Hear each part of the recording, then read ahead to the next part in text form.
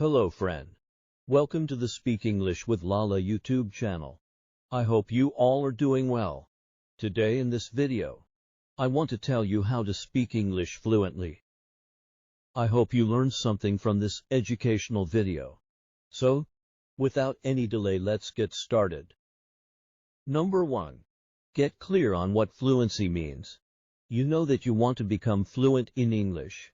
But what does that mean? There are two parts to fluency: knowing the language and knowing how to produce the language.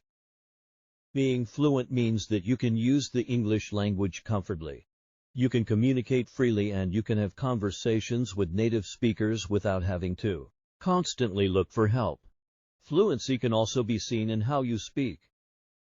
You can know plenty of English vocabulary, but if you have to pause or repeat a lot when speaking, your fluency might not be so obvious to someone. If you speak very slowly, or in a very flat, unemotional manner, then you won't sound very fluent either.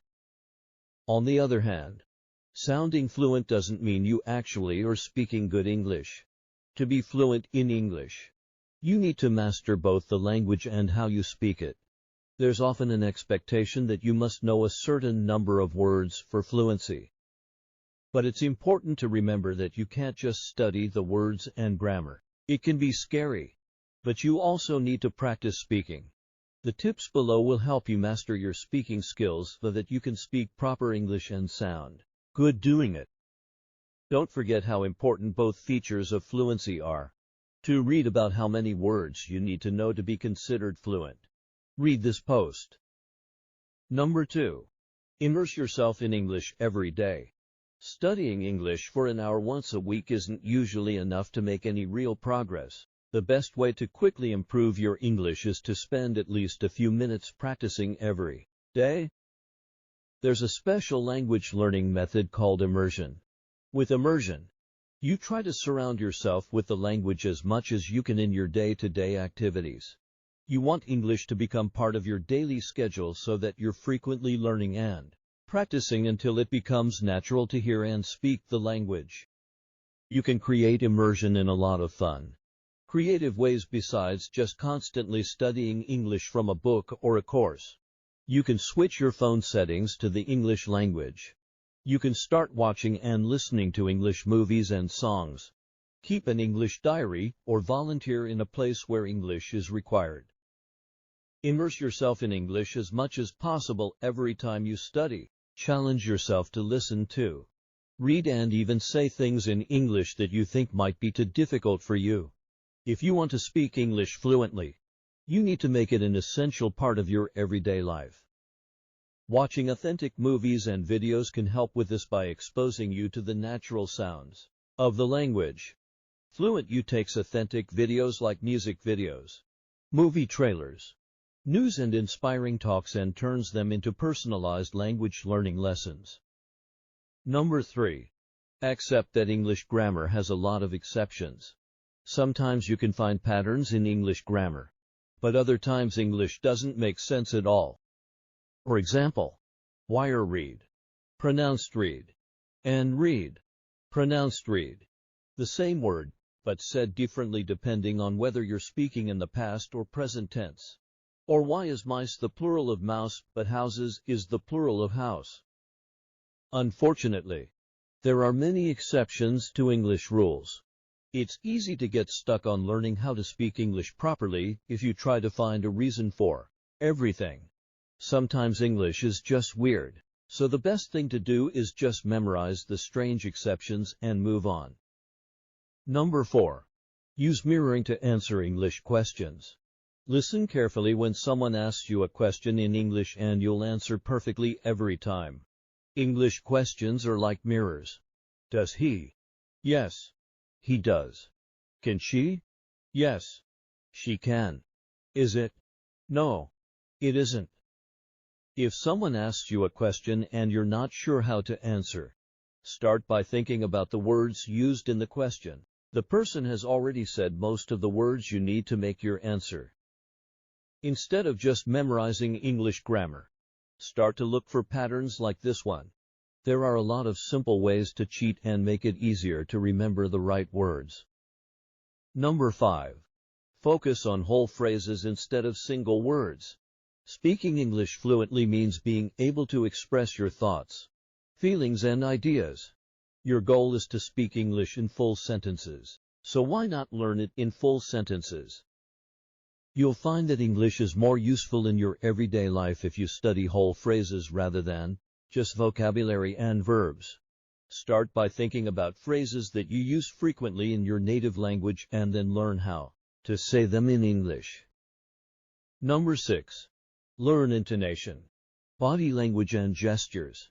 True English fluency is about more than just vocabulary and grammar. If you can figure out intonation, body language, and gestures, you'll really look and sound like a native speaker. Intonation is the rise and fall or tone changes in how a person speaks. Body language is how a person uses their own body to support or go against what they mean. Gestures are hand and body movements that work together with what someone is saying. It's not easy to learn these three things because they seem very natural. One way to learn is to just watch how native English speakers communicate with each other. One way to study these aspects of the language is by hiring an English teacher, if that's in your budget. Another is watching YouTube videos if you can avoid getting distracted with other videos. Number 7. Use speech-to-text for text messaging.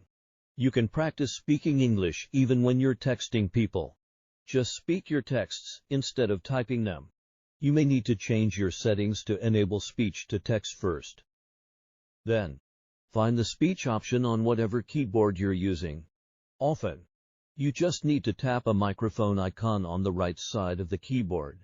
Start speaking, and your words will appear on the screen. No one hears you talk, but you still get practice. Pretty good deal, huh? But what if most of your communication is with friends and family in your native language? Microsoft Translator has a way around this.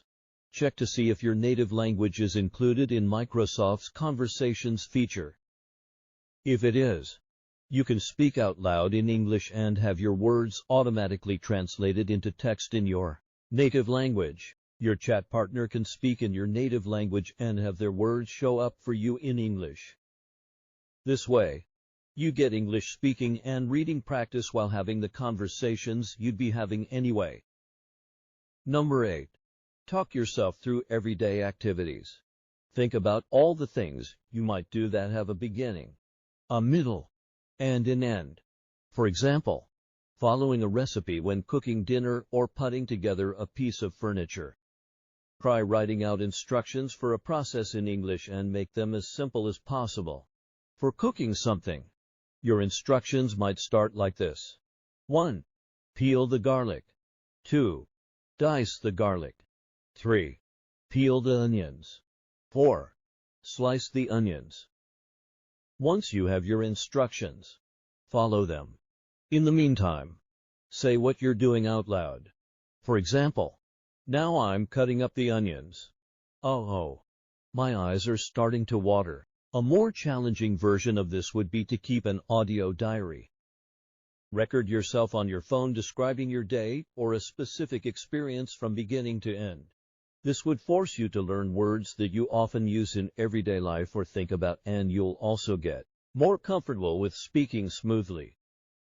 Number 9. Memorize and use conversation starters. You might miss out on opportunities to practice English speaking if you just can't think of anything to say. An easy solution to this is to memorize conversation starters or ideas for beginning conversations. You can find lots of these online.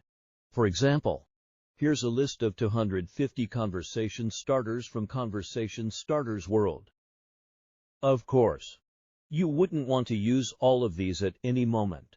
It would probably seem weird if you just walked up to someone and said, "What 3 words best describe you?"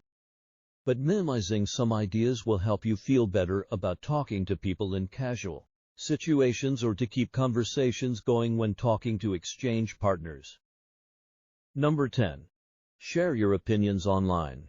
To really learn English speaking, you need to learn how to express yourself in English, even if you have ideas for conversations. It can be hard to know how to put them into your own words. You can practice this by participating in conversations online, posting on social media, leaving comments on articles or writing reviews are all good approaches.